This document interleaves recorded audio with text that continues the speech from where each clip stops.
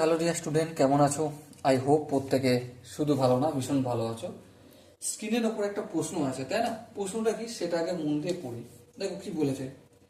একটি সুষম বহুভুজের দুটি একান্তর বাহুকে বর্ধিত করলে তারা 120 ডিগ্রি কোণে মিলিত হয়। সুষম বহুভুজের বাহুর সংখ্যা কত? দেখো, সাপোজ মনে করো এই হচ্ছে আমার বহুভুজ, ঠিক আছে? এই বাহুটা আর এই বাহুটাকে বর্ধিত করলাম এই দিকে, ঠিক আছে? এই যে মিলিত হলো, এখানটা কত ডিগ্রি হলো? 120 ডিগ্রি। কত ডিগ্রি? 120 ডিগ্রি। এবার আমাকে বলতে হবে 120 ডিগ্রি যদি হয় তাহলে এই বহুভুজটার বাহুর সংখ্যা কটা।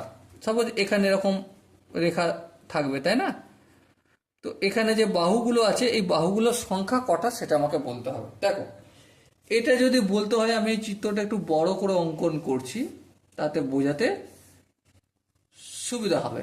এই বাহুটাকে বর্ধিত করলাম এদিকে গেল, এটাকে বর্ধিত করলাম এদিকে আসলো। এখানটা কত বলে দিয়েছি? 120 ডিগ্রি। বেশ, তাহলে এখানটা যদি 120 ডিগ্রি হয়, এখানটা আর এখানটা কত ডিগ্রি হবে?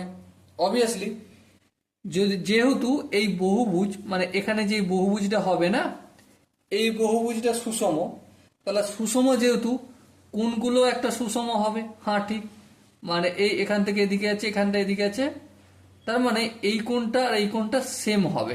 এটা যদি থিটা হয় এই কোণটাও হবে কি থিটাই হবে। হ্যাঁ ঠিক। তাহলে এবার আই হোপ এখানটা একটু বুঝতে অসুবিধা হলো তোমাদের, তাই না? চলো একটু গল্পটা করে নিই। দেখো, এই যে বহুভুজ, বহুভুজের এই বাহুটা আর এই বাহুটা, দুটো বাহুকে বর্ধিত করা হচ্ছে, করে একটা স্থানে মিলিত হচ্ছে। এই মিলন স্থলটা, এই সাপোজ মনে করে এটা ও বিন্দু, এটা এ আর এটা হচ্ছে বি। ও এটা ও বি এর সঙ্গে সমান হবে। ও এ ইকুয়াল টু ও বি।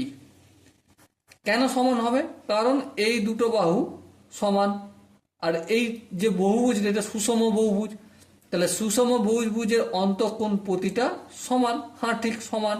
এখানে যদি কোণ থাকে সমান হবে, তাহলে একই অ্যাঙ্গেলে হেলে আসে, তাহলে হেলে থাকে একই অ্যাঙ্গেলে যেহেতু, তাহলে একই জায়গায় মিলিত হচ্ছে, মানে এখানটা এখানটা সমান হবে। বুঝাতে কি পারলাম? আই হোপ বুঝতে পেরেছো। তাহলে যদি এ ও আর ও বি এই দুটো সমান হয়, তাহলে এটা কি ধরনের ত্রিভুজ তৈরি করেছে? সমদ্বিবাহু ত্রিভুজ তৈরি করেছে। আচ্ছা, সমদ্বিবাহু ত্রিভুজের ফরম্যাটটা কি? যে এটা যদি থিটা ডিগ্রি হয় এই কোণটাও হবে থিটা ডিগ্রি। এবার ত্রিভুজের তিনটি কোণের মান কত জানি? 180 ডিগ্রি।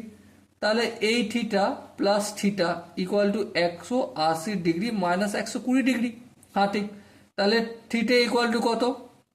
120, 180 থেকে 120 ডিগ্রি যদি বিয়োগ করি তাহলে কত পাবো? 180 থেকে 120 ডিগ্রি যদি বিয়োগ করি 60 পাবো। আবার 60 ডিগ্রিকে 2 দিয়ে যদি ভাগ করি 30 ডিগ্রি পাবো। সো এই যে থিটাটা, এই বহিক কোণটার মান হচ্ছে 30 ডিগ্রি। কি পেলাম? এই যে সুষম বহুভুজ, বহিক কোণের মান কত পেলাম? বহিক কোণ ইকুয়াল টু 30 ডিগ্রি। বোঝাতে কি পারলাম? আই হোপ প্রত্যেকে অল্প একটু হলেও বুঝতে পেরেছো। চলো, বহিক কোণ যেহেতু আমি 30 ডিগ্রি পেয়ে গেছি, তাহলে তো অঙ্ক তো হয়েই গেছে প্রায়। কিভাবে হয়ে গেছে দেখো, বহিক কোণ সমান কি?